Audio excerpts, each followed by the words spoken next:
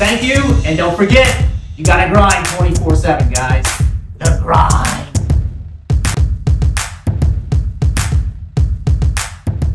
Hey guys, and welcome to a special edition of The Grind where we're open 24/7. I'm here with Sam Naficy, the CEO of Prodoscore.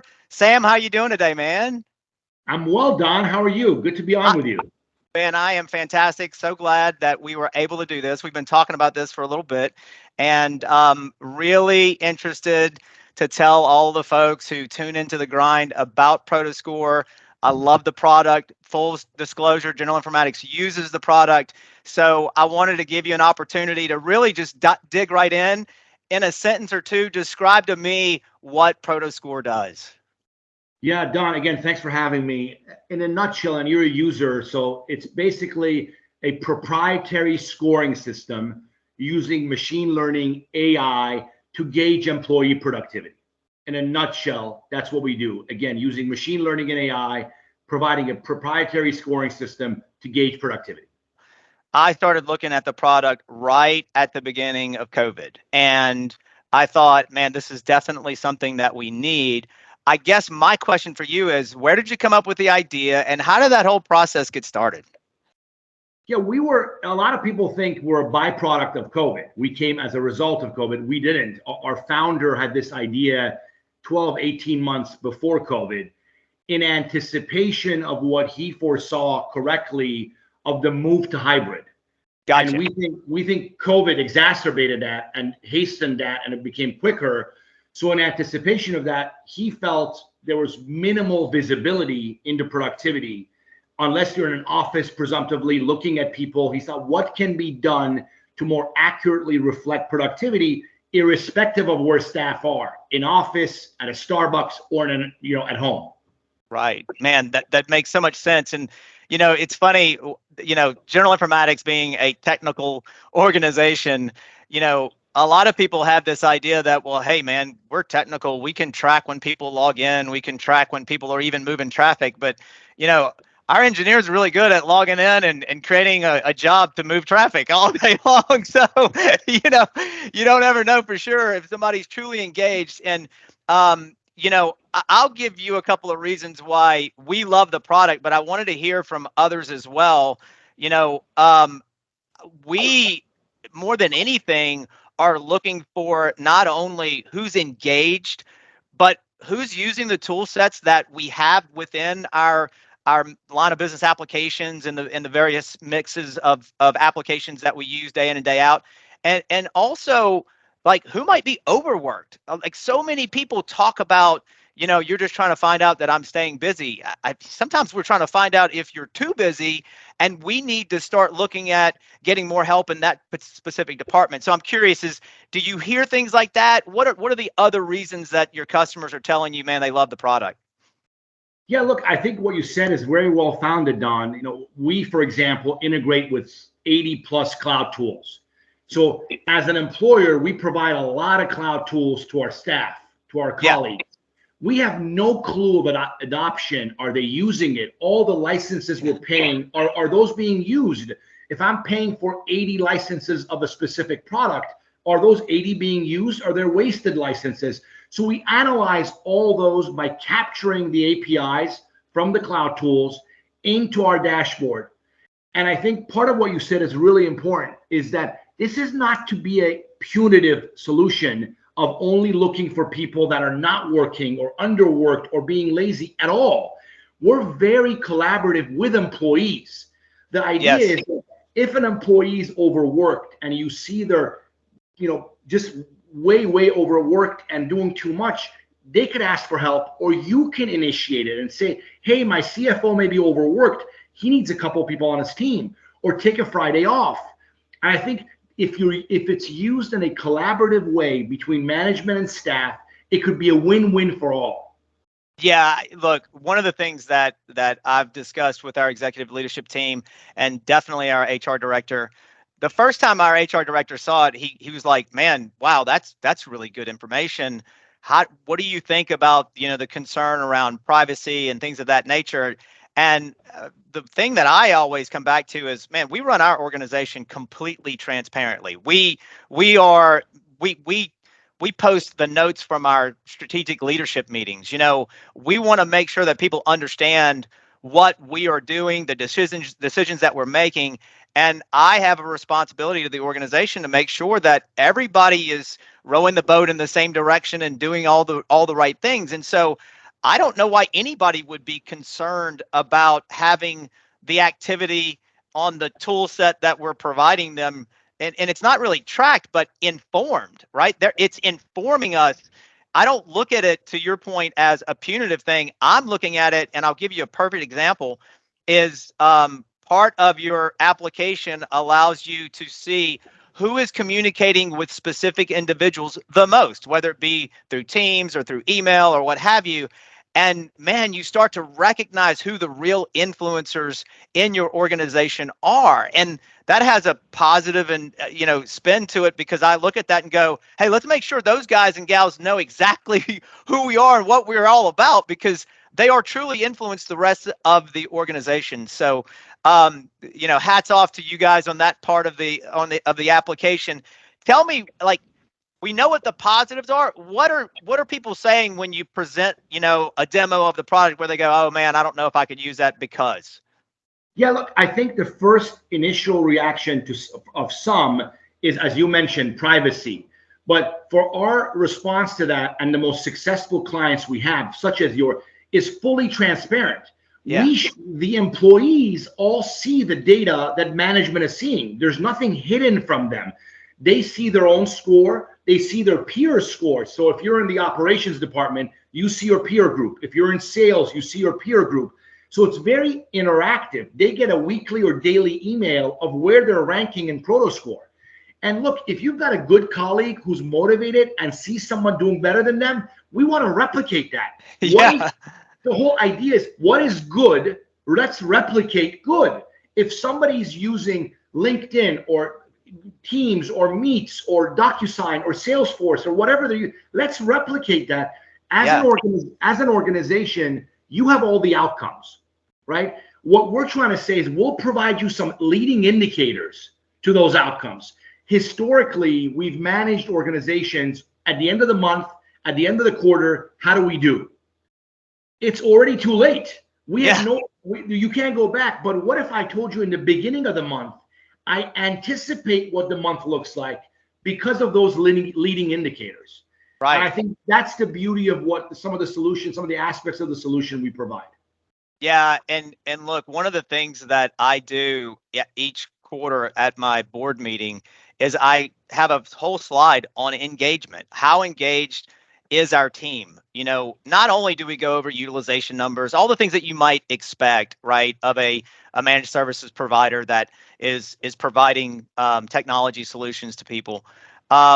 We talk about employee engagement, because at the end of the day, we've done 7 acquisitions in the last 3 years. And a lot of times when you're doing that integration stage, you start to see people who might have been engaged before being less engaged, or people who are less engaged getting more engaged. Each piece of data is good data for us, because it can tell us a little bit about what might be going on in their life. And I can tell you that when you have somebody who's super engaged and all of a sudden that engagement drops off, a lot of times, we just reach out just to make sure they're okay, because you care about your people, right? You want to make sure that they're okay. It's not as much about, hey, I'm reprimanding this person. I'm like, hey, is everything good at home? Or how's everything going? Man, I'm just hitting a rough spot. I'll be good. Thanks for asking. And I've been able to do that because of your application. So Sam, thank you for that. I really appreciate it. Look, we have a whole area, Don, around engagement. And I'll talk about 3 kind of small buckets about what engagement looks like in areas we're focusing on. One is tool adoption. So an average employee may get $1,000, $1,200, $1,500 a month of cloud tools. You're paying for all those licenses. So we analyze the usage of those per employee, per department. So a big area of engagement. The second area of engagement that a lot of CEOs and managers are aware of, they cannot pinpoint. We are all aware that we're in too many meetings, too many meetings. You're laughing. I instinctively could tell you, Prodoscore, for a small company with 45, 50 employees, We have way too many meetings. But what does that mean? So now we're capturing all of the meetings and associating a dollar salary for the hours spent on meetings. Oh, wow. And we're assessing, are you meeting with internal employees? So it's the same domain of the invites? Or am I meeting with Don and this meeting on both of our calendars, it's outside of our core domain, right? Right. And assessing productivity around that. And the last thing I want to talk about engagement and about motivating staff and exciting them, because we're looking at visibility into attrition predictor of staff. Yes. What can we see when an employee leaves 90 days before they leave? And we have data that shows with 90+% accuracy, 3 months before an employee leaves, that they're going to leave. Their tool adoption drops, meetings drops, engagement drops, all of the data points drop. So in that scenario, instead of waiting before they leave 90 days later, why not engage them up front? Say, hey, Sam, you seem to be disengaged. Can I help you with something? Can I maybe he's got a family issue. Maybe it's a wife, a kid, a school issue. If you can motivate them, doesn't mean they have to attrit. You could keep them. You could keep them and excite them to stay. And I think those are all the engagement things that we're working on with our AI stuff. So I'll tell you a quick story, Sam. We do something here where we have Employee of the Month, and we allow everybody in the organization to nominate, and then executive leadership will vote.